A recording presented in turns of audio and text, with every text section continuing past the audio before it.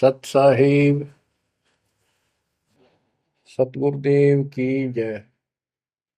बंदी छोड़ कबीर साहिब जी की जय। बंदी छोड़ गरीबदास जी महाराज जी की जय। स्वामी राम देवानंद जी गुरु महाराज जी की जय हो।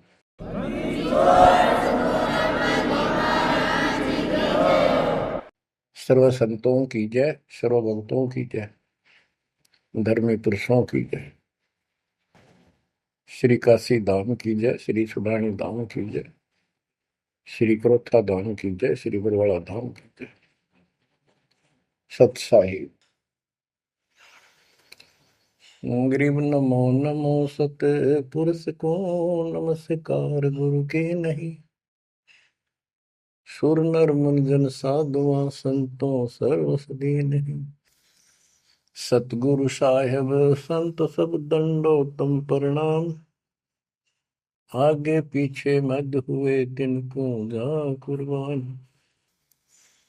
नराकार निर्विषम काल जाल भय बंधन। निर्लेपम निज निर्गुणम अकल अनुपेशंदनम। सोहम सुरति समापतम सकल समाना निर्तल। उज्ज्वल हिरंबर हरदम अम्बे पर्व अथाह वार पार नहीं मध्य तुम। ग्रीव दोष मरत सिद्ध होई गणनायक गलताना। करो अनुग्रह सोई पारस पद परवाना। आदि गणेश मनाओ गणनायक देवन देवा। चरण कमल लाओ आदि अंत करूं सेवा। परम शक्ति संगीत अमृत सिद्धि दाता सोई। अविगत गुण अतीतम सत पुरुष निर्मोही। जगदम्बा जगदीशन मंगल रूप मुरारी। तन मन अर्पो शीसम भक्ति मुक्ति भंडारी। सुर नर मुनि जन ध्यामय ब्रह्मा विष्णु महेशा। शेष सहस मुख गावै पूज्य आदि गणेशा। इंद्र कुबेर सरीखा वरुण धर्म राय जावै। समर्थ जीवन जी का मन इच्छा पल पावै। 33 कोटि अदारा जावै सहस 88। उतरै बहुजल पारा कट है यम की फांसी। कबीर सतगुरु के उपदेश का सुनिया एक विचार। जय सतगुरु मिलते नहीं जाते नरक द्वार। नरक द्वार में दूत सब करते खेचा तान। उनसे कभू नहीं छूटता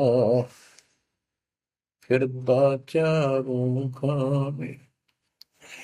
कबीर चार खानी में भरमता कबहू न लगता पार। सो फेरा सब मिट गया मेरे सतगुरु के उपकार।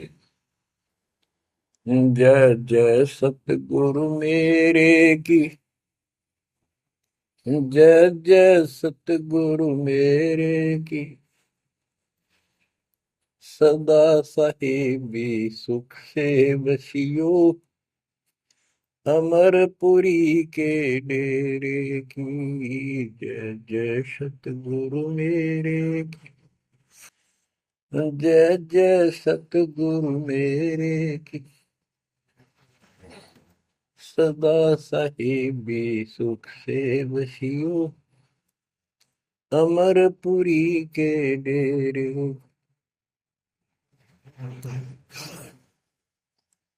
निर्विकार निर्भय तू ही और सकल वैमा। यदि साधु और सकल वैमा। सब पर तेरी साहिबी, सब पर तेरी साहिबी, तुझ पर साहिब ना, निर्विकार निर्भय, निर्विकार निर्भय तू ही, पूर सकल बना, हे दिशा दो पूर सकल बना, सब पर तेरी साहिब, सब पर तेरी साहिबी, तुझ पर साहिब ना, निर्विकार निर्भय।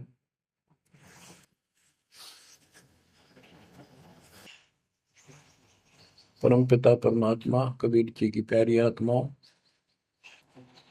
परमेश्वर की असीम रजा से, अपने पिता की असीम कृपा से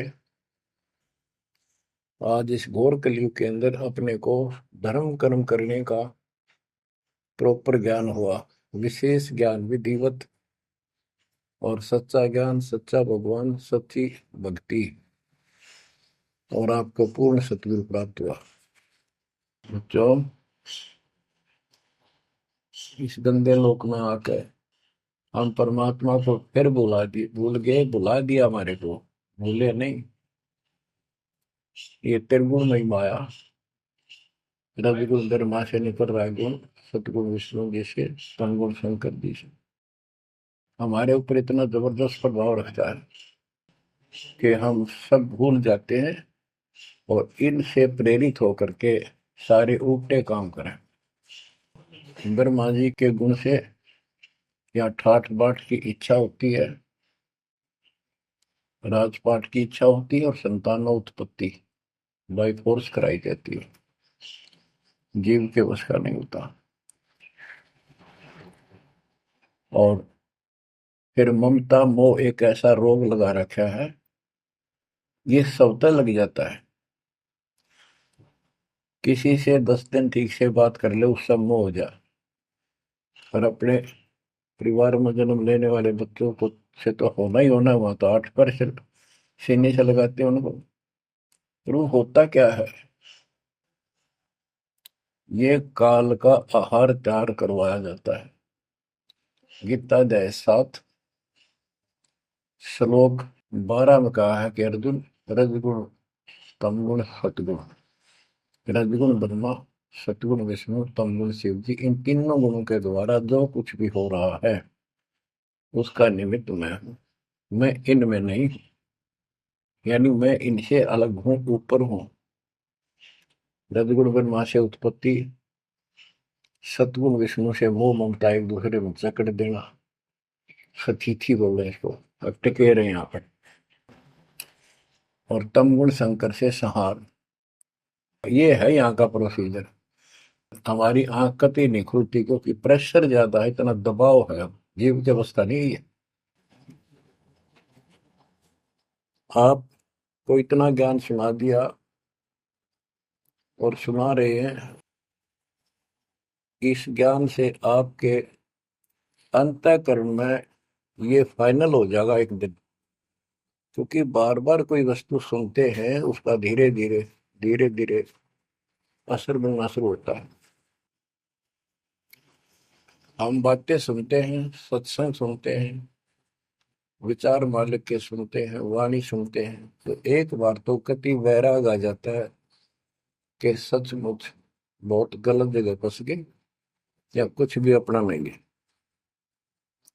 और उसके थोड़ी सी देर के बाद, क्योंकि हमें और काम भी करने होते हैं, ये व्यवस्था यहाँ की ऐसी है, तो फिर शाम तक कति भूल पड़ जाती है, बस मंत्र कभी कभी याद आ जाते हैं करने हैं, सुबह दोपहर शाम की वो नियमित सतुति भी याद रह जाती है। बाकी समय हम ज्यादातर अन्य कारोबार के सिलसिले में, रोजगार के सिलसिले में बातें करते रहते हैं। वह फिर से थोड़ी सी भूल पड़ जाती है, फिर जब सत्संग सुनते हो फिर जागृति आती है। ये ऐसे चलेगा, चलने दो। जैसे आपको बताता हूँ, बार बार दास बताता है कि आप बच्चे स्कूल में जाते हैं, अध्यापक आता है, अपना उसका पीरियड लेता है, सबको सावधान करता है, ध्यान से सुनो, लाइन में बैठ जाओ। तो हम बहुत सतर्क होके उनकी एक एक बातों को सुनते हैं, नोट करते हैं, लिखते हैं, फिर याद करते हैं। उसके बाद हम फिर खेलते कूदते भी हैं, बच्चे घर का भी काम करते हैं, माँ बाप का हाथ भी बटाते हैं। लेकिन जो स्कूल के अंदर जो बातें सुनी थी, जो ज्ञान सुना था, वो एक अलग कोने में, मन के हृदय के अलग कोने में डिपॉजिट होना शुरू हो जाता है। और उसके अतिरिक्त हम और भी काम सारे करते रहते हैं जो पहले भी कर रहे थे। एक दिन हम विद्वान बन जाते हैं, वो काम फिर भी कर रहे हैं। इस ज्ञान को रह रहकर सुनने से एक दिन आत्मा कति दृढ़ हो जाएगी कि इस संसार में एक दिन भी रहने का नहीं है, ये संसार एक दिन भी। और कभी भी फिर शरीर यहां से छूट जाए, जाने का टाइम आ जाए, नो प्रॉब्लम। हमारी आस्था सतलोक में जाने की होगी, क्योंकि हमने वहां जाने का टारगेट बना रखा है। पहले तुम्हारा कोई टारगेट नहीं था, हमारे पास जाएंगे कहाँ। उसमें कोई बच्चे में मोह हो जाता, परिवार में मोह रह जाता, यही कुत्ते बनकर जन्म ले लेते। कबीर साहब कहते, जहाँ आशा तहाँ बासा हुई, मन कर्म वचन सुमरियो सो। गीता अध्याय 7 श्लोक 6 में यही स्पष्ट किया है कि अर्जुन, अंत समय में जो जिस भी भाव में भावित रहता है, जिसके ऊपर जिसमें आस्था रहती है, वो उसी को प्राप्त होता है। जब तक हम भक्ति नहीं करते, इस ज्ञान से परिचित नहीं होते, तो हमारा संसारिक संसारिक यानी परिवार में, संपत्ति में, इसमें कभी हम जकड़े बैठे होते हैं। एक उदाहरण दिया करते थे गुरुदेव, एक बूढ़े की मृत्यु होती, किसान था, पशु रक्षा करते थे, मृत्यु होने लगी, उसकी जुबान बंद हो गई। आसपास परिवार के सदस्य आगे, वही पिताजी तो अंतिम टाइम आ गया, वो आगे। तो थोड़ी देर के बाद वो ऐसे संकेत करने लगा, ऐसे इशारा हाथ से। उन्होंने सोचा भाई पिताजी कुछ कहना चाह रहे है, हो सकता कोई धन दाब रखा और बताना भूल गया, वो अचानक मृत्यु होगी। एक डॉक्टर बुलाया, उसने पता था कि एक बार ये बुलवा देगा, 500 रुपये लेगा, ऐसा इंजेक्शन लगाता है। वो बुलाया गया, उसने इंजेक्शन ला दिया। पिताजी बता बता जल्दी क्या कहना चाहो थे। एक गाय का बछड़ा झाड़ू मुंह में दे रहा था, उन्हें खराब कर रहा था। जो बोला, देख यो बछड़ा झाड़ू चाबे, तुम कित मर गए, नाश करोगे मेरे गाय पाछे, ये नुकसान कर दिया। 2.5 आने की झाड़ू 500 रुपये पड़ गई हुए। जहाँ साता बासा हुई, वहीं पर कुत्ता गधा पशु बढ़कर वहीं जन्म लेगा। तो हमारी ये वृत्ति यहाँ से हटेगी, इस ज्ञान से अंतिम समय आप यहाँ कुछ याद नहीं आओगा। इस ज्ञान में सुनते रहे और भक्ति करते रहे, मर्यादित रहे। ज्ञान के साथ साथ यह भक्ति आपको सहारा देगी अंतिम समय में, मन को उधर धकाने के लिए। वैसे नहीं धकता है, बहुत ताकतवर है, ब्रह्मा विष्णु महेश मन का आधार मान रहे। ये ज्ञान और इस भक्ति की शक्ति इस आत्मा को न धका देगी ऊपर। अंत समय में सेकंडों के अंदर सतलोक बैठे पाएंगे। इस पर लगे रहना, इस मार्ग से जैसे दास आपको बताता जाएगा। अमर करूं सतलोक पठाऊं, ताके बंदी छोड़ करूं। कबीर साहब कहते हैं, मैं अमर करूं सतलोक पठाऊं भेज दूं, इसलिए बंदी छोड़ कर लाता।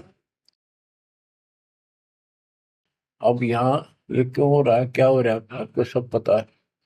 पहले तो नहीं था, पर अब पता लग गया आपको, बिल्कुल सही पता लग गया। माता पिता के सामने बच्चे एक या दो तुरंत मर जाते हैं, चक्कर मारते रह जाते हैं, हाथ कुछ नहीं आना, और कई महीने वर्षों तक उसकी याद सताती रहती है। हम इतने विवश हैं, हम इतने बंद में हैं, हम कुछ नहीं कर सकते, लाचार हैं। एक राष्ट्रपति किसी देश का, या प्रधानमंत्री, या अन्य कोई सक्षम मानता अपने आप को, उसका इकलौता बेटा मर गया, प्रधानमंत्री, टक्कर मारा वो, टक्कर। और उससे पहले जब आकाश में वो हुई थी उसकी तुती, साथ में आकाश में रहा था, उसका दिमाग धरती पे पटक दिया। एक बताते हैं, महाभारत में प्रकरण आता है, द्रोणाचार्य, ये गुरु था कौरव पांडव का, और शिक्षा दिया करता, मोह मत करो, मोह सबसे बड़ा खतरनाक है। द्रोणाचार्य का जब लड़का अश्वत्थामा मरा, मरा नहीं था उस समय तक, ये कह दिया गया अश्वत्थामा मर गया। वो झूठ बुलवाई गई थी श्री कृष्ण में प्रवेश काल द्वारा, कि एक अश्वत्थामा नाम का हाथी था, उसको मार दिया गया। और युधिष्ठिर का बहुत विश्वास करते थे सब, कि ये सत्यवादी है, कभी झूठ नहीं बोलता। तो काल ने यह चाल चाली कि द्रोणाचार्य पांडवों की सेना को मार डालेगा। बहुत जबरदस्त तीरंदाज है, बहुत गजब का शूरवीर निशानेबाज है, इसको कंडम किया जाए।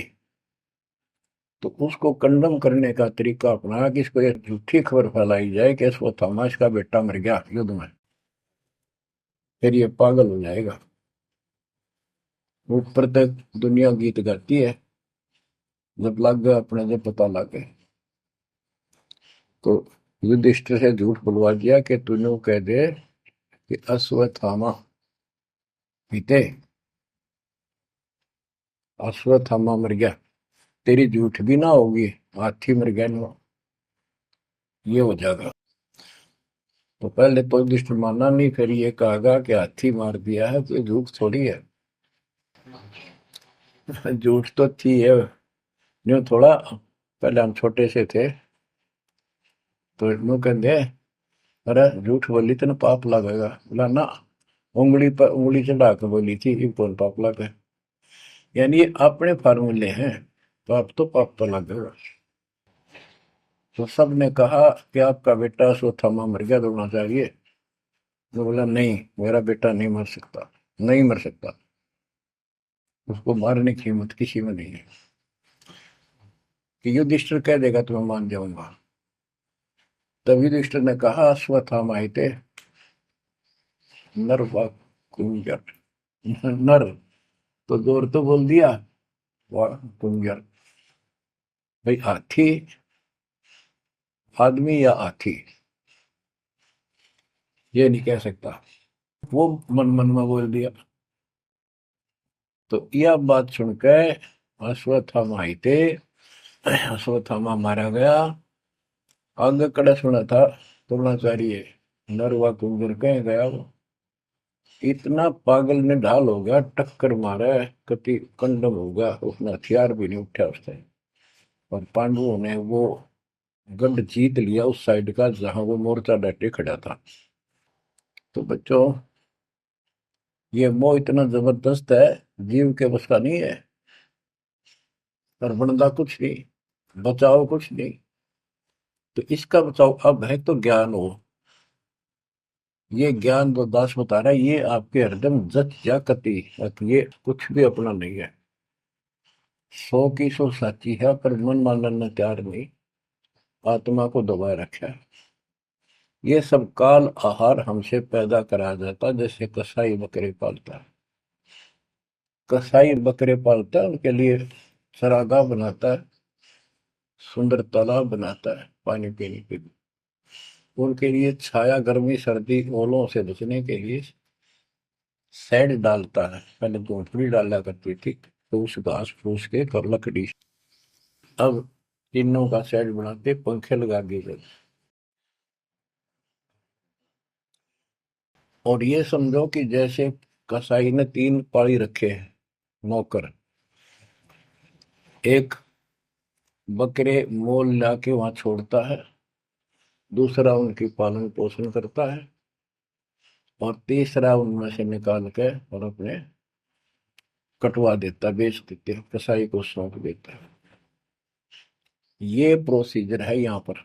जैसे कसाई कभी कभी आता रहता है, बकरों को देखता है, संभालता है, तो उनके कमर पे हाथ मारता, शरीर पे, और वो उसको अपना एक बहुत हमदर्द मित्र मानते हैं, मालिक मानते हैं। देखो हमारे को कितनी सुविधा दे रखी है, पानी क्या, घास क्या, गर्मी सर्दी से बचने का। वो देखता तो हाथ मार के ऐसे है कि ये कितनी कीमत का हो गया, कितना मांस है इसमें। और वो समझते हैं ये प्यार करे हमारे से, कसाई लाड करता है, वो भी उसको प्रतिफल में जीभ से चाटते हैं उसका हाथ, प्यार करते हैं। और कई कई तो उसके ऊपर पैर फैला कर उसको प्यार देना चाहते, सीने से लगाना चाहते हैं बकरे। ऐसा पशु भी प्यार देते हैं, उसको अपना मान। वो देख रहा है इसमें मांस कितना है, और नौकरों को बता देता है इन इनको निकाल लो। उसका कोई रहम नहीं है, कितना लाड करो, कितने उसके गुण गाओ। उसने उद्देश्य यही है, उसका मतलब यही था, उनको पालने का। कबीर साहब कहते खाई खुराक का पैन पोशाक का यम का बकरा पलता है। या बढ़िया बढ़िया माल खा के और सुंदर सुंदर कपड़े, ड्रेस, कटपट फैंसी के कपड़े, ये पहनेंगे वो पहनेंगे। कहते खाई खुराक का पैन पोशाक का यम का बकरा पड़ता है। काल के बकरे पड़न लग रहे हो तुम। इन बातों को बच्चों अच्छी तरह हृदय में बैठा लो, एक कोने में। संसार में रहेंगे, रहना पड़ेगा, लेकिन परमात्मा की शरण में रहेंगे, मर्यादित रहेंगे। काल का कोई अटैक आप पर नहीं होगा, ना आपके परिवार पर होगा, ना किसी धन संपत्ति व्यवसाय पर होगा। ये सत्कर मान लेना।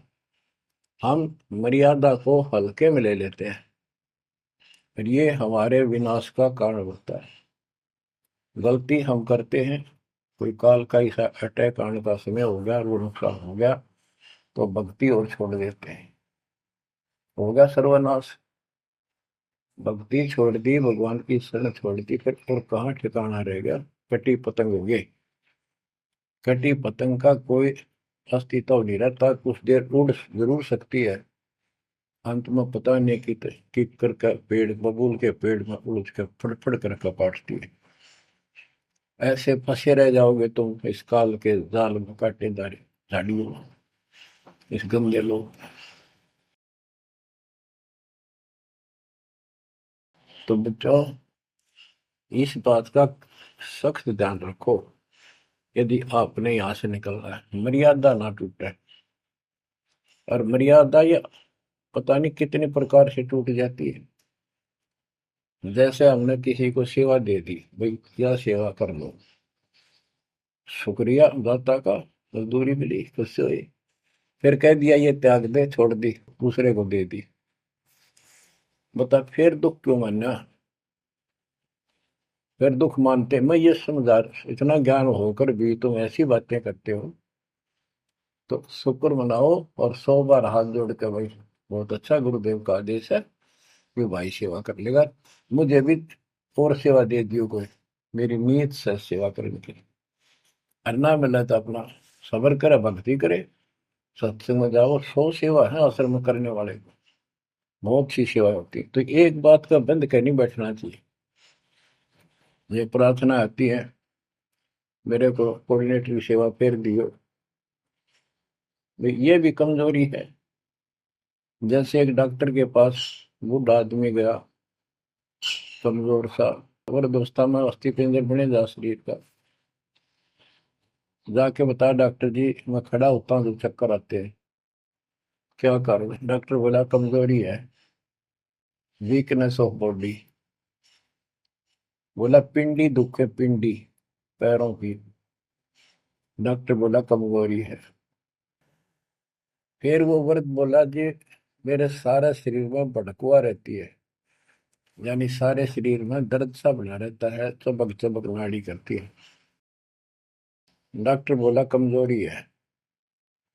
वो वृद्ध गुस्सा होकर बोला डॉक्टर ने, तो डॉक्टर है गम चक्कर है, एक का बात जाना है कि कमजोरी है, कमजोरी है, और भी तुम्हें पता होगा। डॉक्टर बोला ये भी कमजोरी है, this is also due to weakness. ये क्रोध भी कमजोर आदमी ने घनाया कर, यह भी कमजोरी है। तो बच्चों यह सारी ये कमजोरी है जो मर्यादा से नारी हटकर करोगे, चाहे कुछ भी कर लियो। मर्यादा को हल्के में ना लो। जैसे हमने इतने सारे नियम बना दिए, भक्ति करनी है तो इनका पालन करना पड़ेगा, नहीं तो फिर गधे बनकर कुमार के नियम में चलना पड़ेगा। एक कदम भी अपनी मर्जी से नहीं जा सकते, बैल बनकर नाथ डल जाएगी, खच्चर बनकर बग्गी में दौड़े जाओगे, रेडी में, फिर चलेगी क्या आपकी मर्जी। असंग जन्म तन मृत्या हो गए, जीवित क्यों ना रे।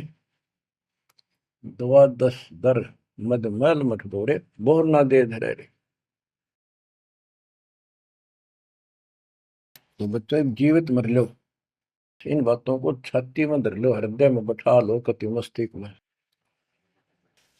ये संसार आपका नहीं है, ये परिवार आपका नहीं, ये संपत्ति या कार कोठी तेरी नहीं, गरीब काया तेरी है नहीं, ये माया कहां से हो। चरण कमल में ध्यान रख, इन दोनों को खो, इनको भूल जा, अपने गुरु जी के चरणों में ध्यान रख, उनके बताए दिशा निर्देश के आदेश से आधार से अपना जीवन निर्वाह कर। बच्चों आंख खोल लो, बार बार ये बातें बताई जाती हैं। जब ऊक चुक हो जाएगी फिर तो रोना शेष रहेगा, नथिंग एल्स। इस मार्ग में अहंकार इंसान को मारता है। किस चीज में अहंकार करो, माया होगी तो अहंकार होगा, कोई पोस्ट पद ठीक सी होगी तो अहंकार होगा, शरीर स्वस्थ है, थोड़ी सी जान, अहंकार हो गया, एक परिवार में पांच चार लाठी ठाणिये हो गए तो अहंकार हो गया, और अपने बॉडी की ताकत का अहंकार। और भी सैकड़ों कारण है जो इंसान के मन में दोष पैदा हो जाता है। तो ये इंसान का सबसे बड़ा खतरनाक शत्रु है। परमात्मा को अहंकार पसंद नहीं, और छोटी मोटी गलती को माफ कर सकता है। रावण था जिसे अहंकार नहीं छूटा, 10 मस्तक सर भी काट दिए, 10 बार काट दिए तो वापस दे दिए, ले भाई। ये सारा कुछ खेल कबीर साहब का किया, सारा कुछ। ये आत्मा परमात्मा की है, चाहे आज राक्षस है, चाहे कोई कसाई है, चाहे देवता है, चाहे ब्रह्मा विष्णु महेश है, चाहे कीड़ी आती छोटे जीव है, कोई स्त्री पुरुष है, बालक बच्चे, जीव जंतु सब उसके हैं। काल चाहता भक्ति से खत्म हो जा, ये भक्ति में इनकी आस्था खत्म हो, मालिक चाहता है इनकी भक्ति में आस्था खत्म ना हो, फिर तो कति गए काम क्या है। जो भी जैसी साधना मालिक के नाम पर बैठ कर कहीं कर रहा है, उसके पिछले संस्कार से, उस भक्ति से जो उसको मिलना है, उसके साथ साथ परमात्मा उसको सहारा देते हैं। जैसे रावण ने सिर काट दिया शिव जी के निमित्त, तो भगवान के नाम काटा उसने, वो भगवान की खोज में निकला था। साधना गुरु गलत मिलने से उसको मार्ग गलत मिल गया, पिछले जन्म के संस्कारी ही इतने सेक्रीफाइस कर सकते, इतनी कुर्बानी कर सकते, वैसे नहीं हुआ करते। तो पिछले जन्मों में वो भगवान का भगत रहा है, फिर इतना बिगड़ गया कि राक्षस बन गया। तो उस मालिक ने उसको 10 शीश वापस दिए, लेकिन बकवाद करी तो अंत बुरा हुआ। उसके कर्म मद सिद्धि सिद्धि की, उनसे धन दे दिया, वो धन भी यही छोड़ गया। गिरफ्त सर्व सोने की लंका होती, रावण शरण दी, एक पलक में राज विराजी, जम के पड़े दी, मन तो सुख के सागर बसरे, और न ऐसा यसरे।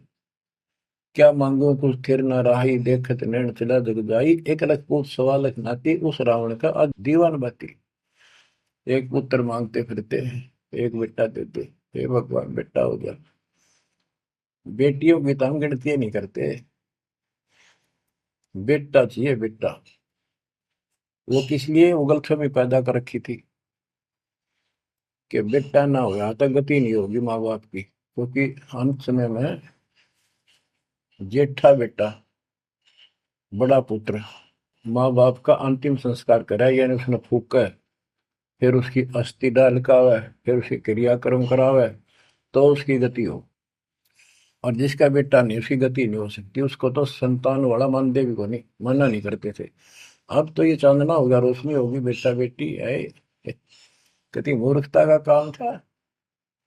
लेकिन काल ने तो उल्टी पढ़ाई पढ़ानी, उल्टा रास्ते डालना, वो होना एक परंपरा बनाकर बैठ गए, वो एक लकीर के फकीर होंगे। जैसे राजा दशरथ का सबसे बड़ा बेटा रामचंद्र था, उसको राज दे दिया, और बच्चों फिर उसको वनवास देना पड़ गया मजबूरी में। रामचंद्र जी वनवास में चल पड़े। राजा दशरथ का इतना मोह था अपने बच्चों में, रामचंद्र में विशेष, और जो बिछुड़ा उसमें ज्यादा हुआ करे, तो दोनों चल पड़ा। महल के ऊपर चढ़ के देखा, दिखता रहा, पर नहीं दिखा, तो चौबारे की अटारी पर चढ़ गया, चौबारे पर, चौबारे पर चढ़ कर जहां तक उससे दिखा, फिर मुंडेर पर चढ़ गया, एडी ठाई गिर गया, वहां से जमीन पर गिर गया, गिरते मर गया। अब रामचंद्र वापस नहीं आया, उसका अंतिम संस्कार किसने कराया? वो पूछने वाला वे मंदबुद्धियों ने, जो दुनिया को भ्रमित क्या करते थे, किसी की अकल वहां नहीं गई वहां तक। जेठा बेटा था ही नहीं, फिर उसके अंतिम संस्कार किसने करे? दूसरा न करे होंगे। तो ये बात कहने की है, तो इसका मतलब उसकी गति हुई नहीं, बेटा होते हुए भी अंतिम संस्कार नहीं कर सका। तो इन बातों ने छोड़कर सतगुरु कबीर साहब द्वारा जो ज्ञान दिया है, इस पे दृढ़ हो जाओ। देखो, हमारी सारी बात उल्टी है। भक्ति मार्ग में बेटा है, बेटी है, अच्छी बात है। परमात्मा के चरणों में लग गए दोनों, तो हम तो बरी से हो गए, क्यों? भगवान आप पर खड़ा हो गया। और बेटा भक्ति नहीं करता, बेटी करती है, तो एक कौडी का नहीं हो बेटा, किसी काम का। कबीर साहब कहते हैं, राम रटत कन्या बलि, साकर बलाना पूत, छेरी के गलगल थना, छेरी के गलगल थना, जिसमें दूध न बूत। बकरी के गल में एक खाल लटका रहा, थन के साथ, व्रत की खाल। कहते वो बेटा था गल का, ऐसे वजन है सिर पर, बेमतलब का व्रत का दिखावा दिखावा है। और वह बेटी अच्छी, राम रटत कन्या बली, सकट बलाना पूत। तो बच्चों, ये दातम मार्ग है, इसमें सारी बातें पहले से विपरीत हैं। देखो, बेटा ना होगा, बेटी बेटी होगी, तो यहाँ सृष्टि नहीं चलेगी। और बेटी बेटी होगी, बेटा नहीं हुआ, तो भी दिक्कत संसार की सृष्टि में आ सकती है। बाकी भगत का कोई फर्क नहीं पड़ेगा। इन बातों को जो दास कहता है, इनको एक सामान्य बातें ना समझना, निष्कर्ष है इस जीवन का। जिसका बेटी नहीं है, तो उसको ये तड़प रह जाती है बेटा होता, या भूल के भी ना करना। इन बेटे वाले ने देख लो कितने सुखी, टाइम पर रोटी नहीं, चाह नहीं भी तरसे बैठे बैठे। वो सोचे बड़ा दे देगा, छोटा सोचे बड़ा आप दे देगा, बड़ा सोचे छोटा कह देगा। बड़े बड़े आंखें में आंसू बुढ़ा में। और बेटी आखिरी सांस तक प्यार देती है अपने माँ बाप को। एक आदि ने कमी बात कह नहीं सकते, वो किस्से के बिना होती हो तो आत्माएं नष्ट होती है। आखिरी सांस तक यहाँ भी हमने देखा, जैसे लड़की रोटी खा रही है और लड़का वैसे बैठा था। माँ ने कहा बेटा वो सामान ला उठा कर, मैं रोटी तैयार बनाऊं भोजन। बेटा बेटा ना लाऊं, यूं कौन खोया लावे। बेटी तो कया भी कोई ना, रोटी खाती खाती छोड़ गए। आण की थी एक 10 साल का की होगी, लड़का 12-13 साल का। उठ कर रोटी छोड़ के हाथ धोकर और सामान लाकर माँ को दे दिया। लेकिन फिर भी बेटे में मोह ज्यादा और बेटी में नहीं। इसका कारण यह था कि हमने बेटी को बाहर बना लिया इस गलत रीति रिवाज। बेटी तो 15-16-20 साल की मेहमान होती है आपकी। ये तो परमात्मा की बेटी 2 गुना का सुधार करती है। आगे जाके घर बसावे, उस परिवार को भी सुधारे और माँ बाप के अंदर मोह न्यारा रहे। तो भाव ये है कहने का, अगर बेटा नहीं है ना और भगत है, उसके सब भगवान धरती पर नहीं। प्रथम तो वो है जिसका कति संतान नहीं, वो भगवान।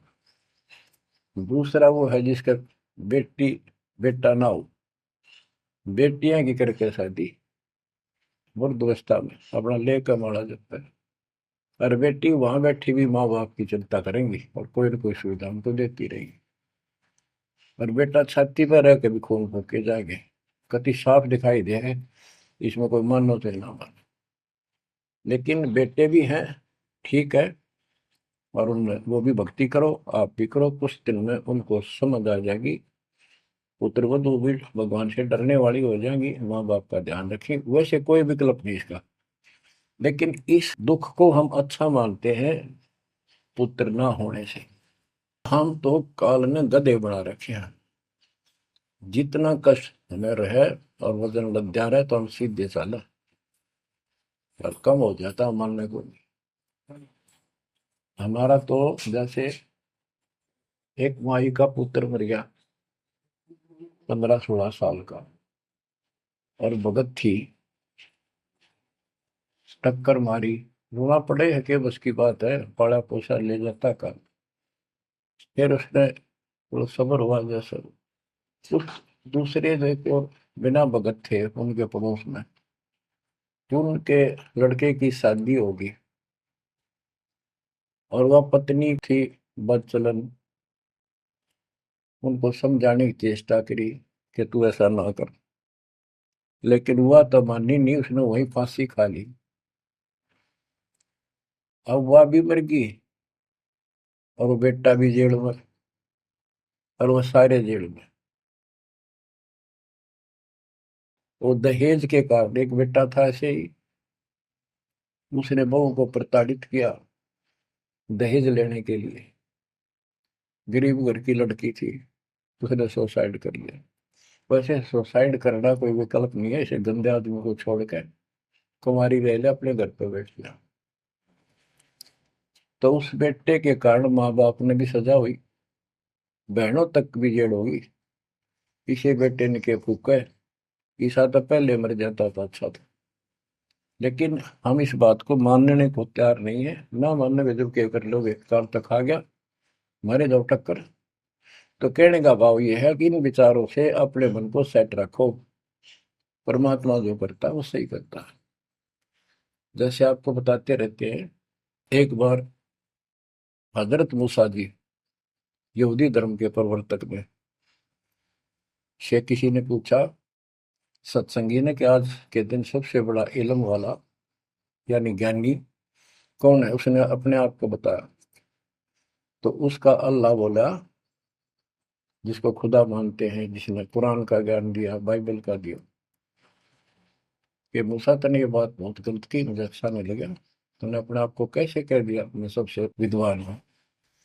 अब मूसा जी भी अपनी जगह ठीक थे जी, यो ज्ञान आपसे प्राप्त हुआ, आप भगवान खुदा हो, और खुदा जो ज्ञान देता हुआ सबसे उत्तम होता है, मैं उसी के आधार पर कह दिया। बोला नहीं, तेरा ज्ञान तो अल खिजर के ज्ञान के सामने फर्स्ट भी नहीं, कुछ भी नहीं है। तो अलखिजर के पास मूसा जी पहुंच गए। अलखिजर जी ने कहा, कबीर साहब थे वो, कि मेरी तो बातों को माननेगा नहीं, विश्वास नहीं करेगा, जो मैं को बातें माननी पड़ेगी, कोई ऑब्जेक्शन नहीं होना चाहिए, और बोल लेगा नहीं, सुन देखता देखता रही। वो बोला, मूसा जी बोले, बिल्कुल महाराज, जैसे आप कहोगे, मुझे सब्र करने वाला पाओगे, कति मैं ऑब्जेक्शन नहीं करूंगा आपकी बातों में। अगर तू खरा उतरा तो ज्ञान बताऊंगा, ना बताऊंगा। उसने रास्ते में चलते, एक जवान लड़का था, 17-18 साल का, अलखिजर ने पकड़ के और उसकी गर्दन पकड़ के मार दिया। तो मूसा जी बोले, तनिष बेकसूर को मार दिया, तेरा दिमाग खराब है, यूं क्यों मारा तेने, क्या बिगाड़ा तेरा इसको।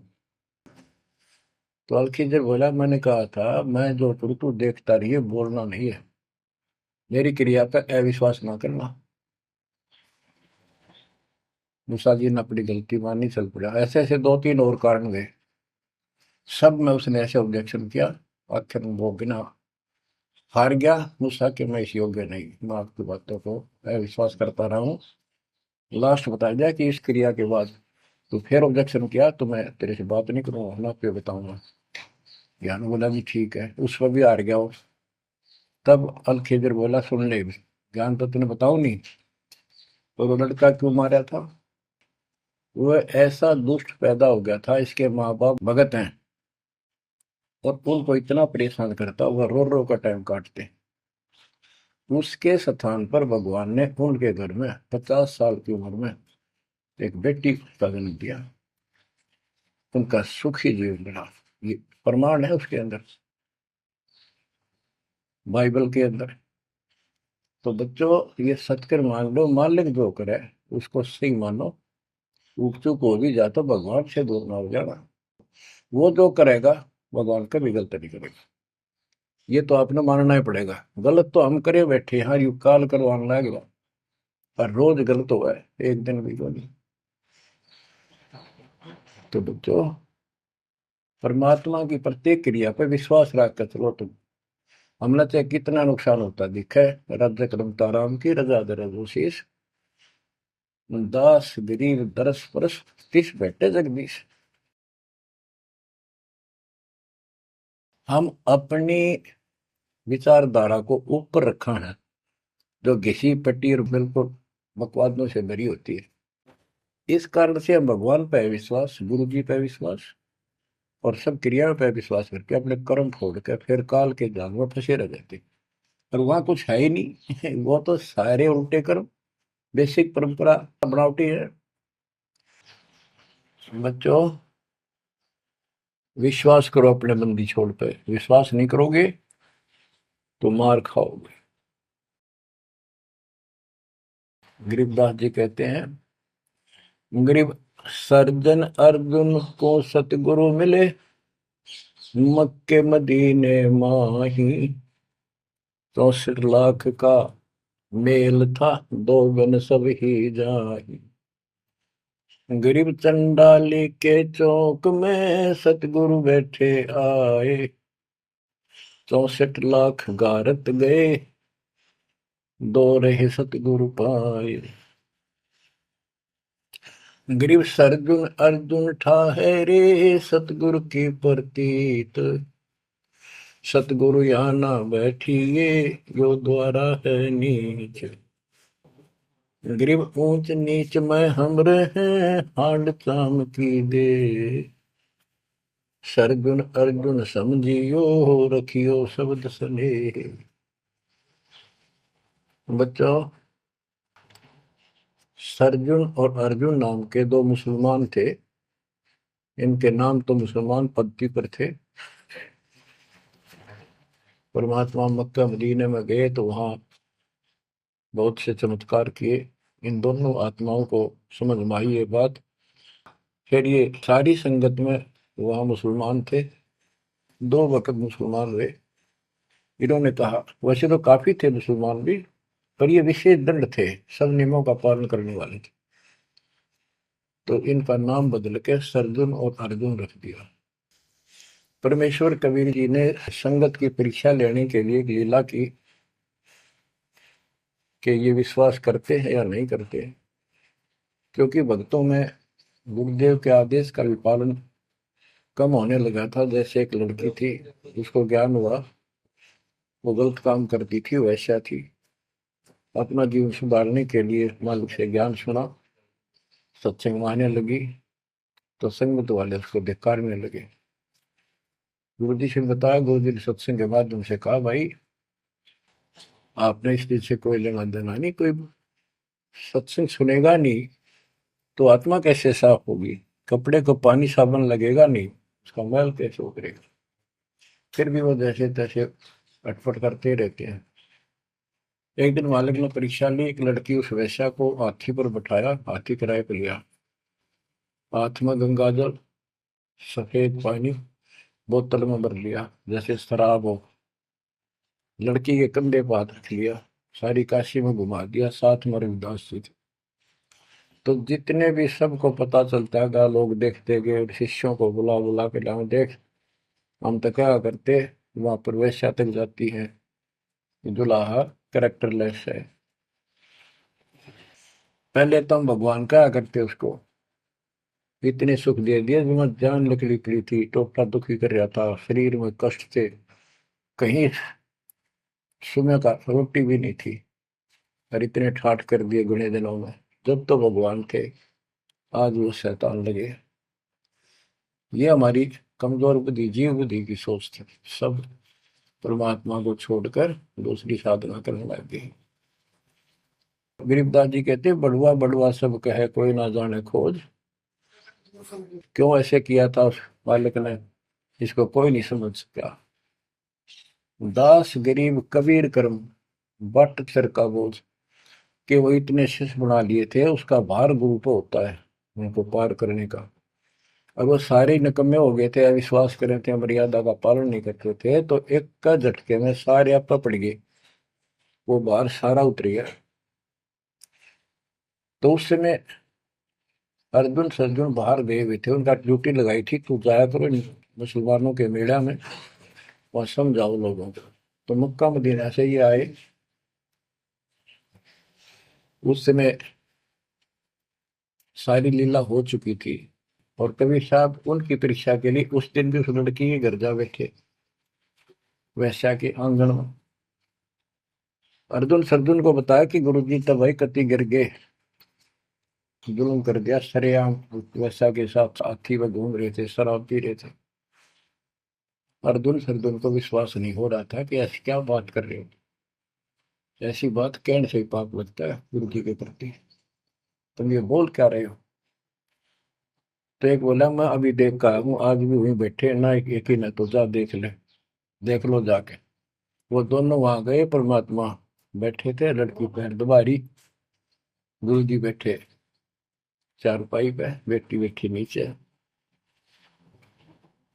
तो गुरु जी को शिक्षा देते हैं, गिरिव सर्जुन अर्जुन ठहरे, सतगुरु के प्रतीक। यानी उनने कुछ दृढ़ता दिखाई थी, फिर जाके देखा तो वहां सतगुरु से बोले, सतगुरु आना बैठिए, यो द्वारा है नीच। हे सतगुरु, आप यहाँ ना बैठो, ये तो एक नीच औरत का घर है।